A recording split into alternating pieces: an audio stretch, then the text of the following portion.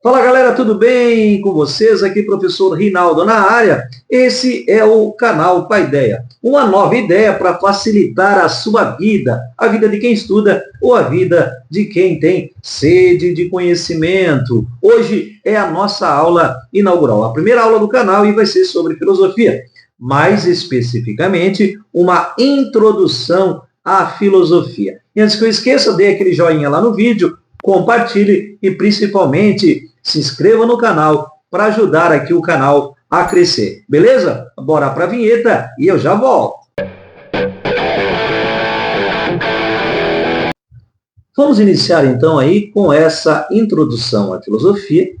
Por que uma introdução à filosofia, professor? Para que você possa compreender algumas coisas que são básicas, né? O significado da palavra filosofia, onde ela surge, qual é que é o contexto histórico, né, do surgimento da filosofia, o que tinha, né, como base de pensamento antes aí do seu início, do homem começar a pensar na história da humanidade filosoficamente, e também para que você entenda o porquê ela é tão importante dentro aí do currículo, especialmente do ensino médio. A gente sabe, né, que tem outras escolas aí que já trabalham, né, a filosofia como componente que não é obrigatório no fundamental, no ensino fundamental, mas ela é um componente curricular obrigatório no ensino médio. Então é importante primeiro entender, né, o que é filosofia, para que depois a gente possa aí navegar dentro desse mar, caminhar nessa estrada e tal, que é a filosofia dentro então aí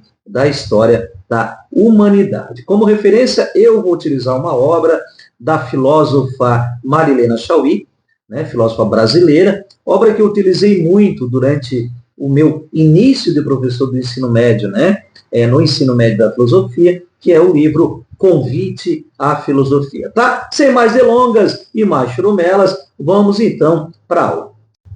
Em nossa vida cotidiana, nós afirmamos, nós negamos, desejamos, aceitamos e até recusamos coisas, pessoas e também situações, né? A gente faz perguntas, muitas perguntas durante o dia, tipo, que horas são? Sabe me dizer que dia é hoje? A gente diz frases como, cara, que viagem, ela tá sonhando, hein? Cara, tu tá maluca. A gente faz isso sempre, não é verdade? Quando eu pergunto que horas são ou que dia é hoje, a minha expectativa é que alguém de posse de um relógio ou de um calendário possa me dar a resposta exata, a resposta correta. Bem, mas no que eu acredito quando eu faço essa pergunta e aceito essa resposta? Eu acredito que tem o tempo, que o tempo existe. Eu acredito que o tempo passa. Eu acredito que ele pode ser medido em segundos, em minutos, em horas, que existem tempos que são diferentes, como o passado, o presente e também o futuro. E quando eu também digo, né, nossa, ela está sonhando, o que eu acredito? Eu acredito que sonhar é diferente de estar acordado. Existem duas realidades, que no sonho, aquilo que é improvável ou até impossível pode se tornar provável e também possível. Mas imaginemos agora o seguinte, que alguém tomasse uma decisão muito estranha e começasse a fazer perguntas que são inesperadas. Que alguém passasse por você na rua e ao invés de perguntar, por favor, que horas são? Ela perguntasse para você, vem cá, o que é o tempo? Em vez de dizer, ela está sonhando ou ela ficou maluca, quiser saber o que é o sonho, o que é loucura, o que é a razão. Alguém que tomasse essa decisão estaria tomando distância da vida cotidiana. Essa pessoa estaria começando a adotar o que nós chamamos de atitude filosófica.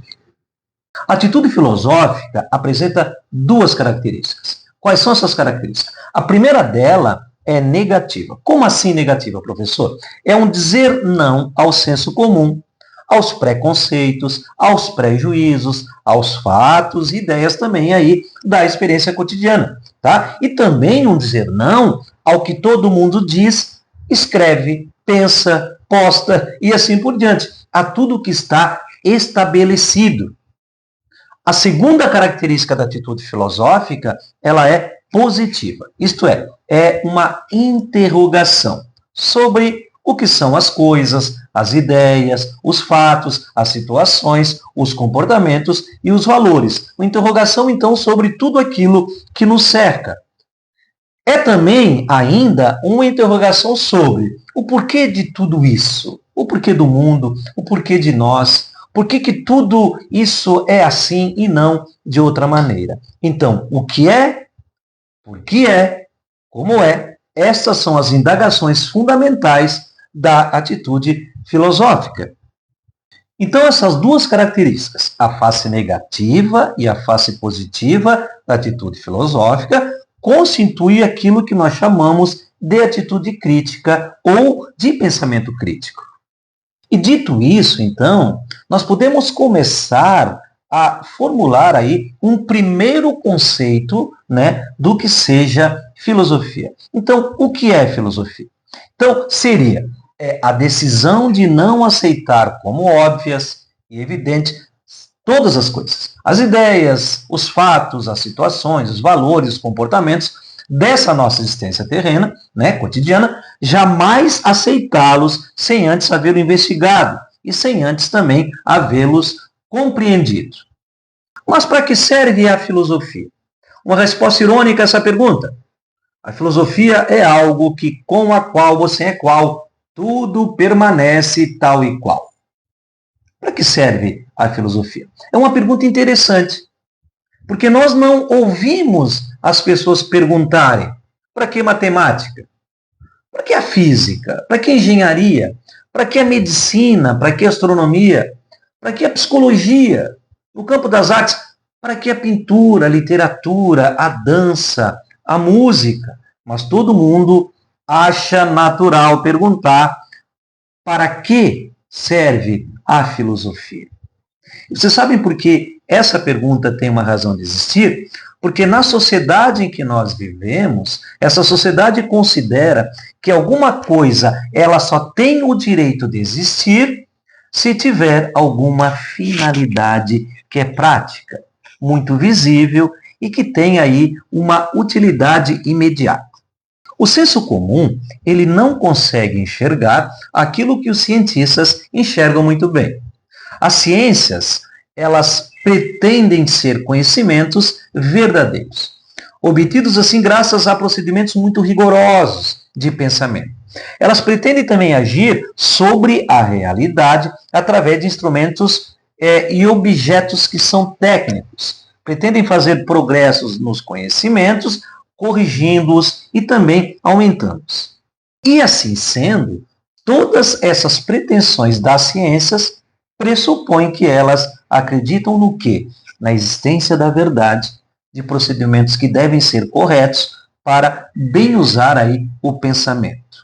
Verdade, pensamento, procedimentos especiais para conhecer os fatos, relação entre a teoria e a prática, correção e acúmulo de saberes, tudo isso não é ciência, tudo isso são questões filosóficas. Então, o que acontece? O cientista parte delas como questões já respondidas, mas é a filosofia que as formula e busca resposta, então, para elas. Então, assim, o trabalho das ciências pressupõe como condição o trabalho da filosofia, mesmo que o cientista não seja um filósofo.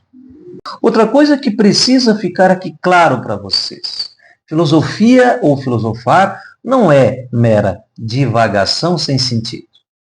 As indagações filosóficas, elas se realizam de modo sistemático. Significa o que isso, professor? Que a filosofia trabalha com enunciados precisos e muito rigorosos.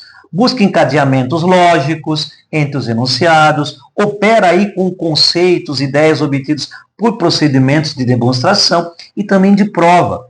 Exige uma fundamentação racional do que é enunciado, e pensado. Então, não se trata, filosofar, dizer eu acho que, mas de poder afirmar eu penso que. E a filosofia, como expoente do pensamento racional, pensado de maneira sistemática, né, e organizado, surgiu na Grécia a partir do século VII a.C. E surgiu a partir da necessidade de explicar o mundo de maneira racional, né, de responder a perguntas como tudo surgiu, como nós viemos parar aqui nesse mundo, do que o universo é feito. E como é que os gregos antigos buscavam responder essas perguntas? Por meio das histórias conhecidas como os mitos. E esses mitos eles eram narrados e até cantarolados, né, nas praças, e eram histórias que buscavam explicar ou dar respostas para muitas perguntas, então, né, que as pessoas tinham. Tá? Os deuses gregos, eles eram muito diferentes em característica de alguns deuses da mitologia do Oriente, por exemplo. Eles tiram os deuses, a mitologia grega retira dos deuses aquele caráter mais de monstruosidade. Os deuses, eles são imortais, tá? Precisam ali se alimentar de ambrosia, né, o tal do néctar dos deuses, para garantir a sua imortalidade. Tá? Eles são, sim, muito poderosos, tá? Mas também eles são, têm características que são humanas, tá? Eles são dotados de vícios e muitos defeitos que os humanos têm, tá? Então, a mitologia grega confere aos deuses características muito humanas. Eles eram generosos, eles eram bondosos, eles eram prestativos, tá? Então, as perguntas: quem sou eu? De onde eu vim? Para onde vou? O que faço aqui? Num primeiro momento, elas são feitas e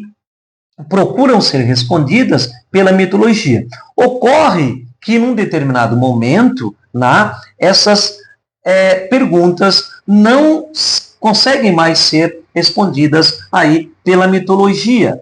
E interessante aqui, galera, é que essa pergunta de como tudo surgiu abriu caminho também para um modo distinto de se pensar a vida e os fenômenos, então, que é a filosofia. Tá? Então, o interesse, o desejo, a curiosidade de saber, né, como tudo surgiu, por que as coisas são como são, qual é que é o elemento formador de tudo e assim por diante, perguntas anteriormente feitas, né, e que obtinham respostas na mitologia, passam a ser feitas agora e se tenta responder racionalmente a essas perguntas por meio da filosofia. É aí que ela surge. É dessa forma que acontece, de forma gradual, né, devagar, né, a transição do pensamento mitológico para o pensamento filosófico na Grécia Antiga.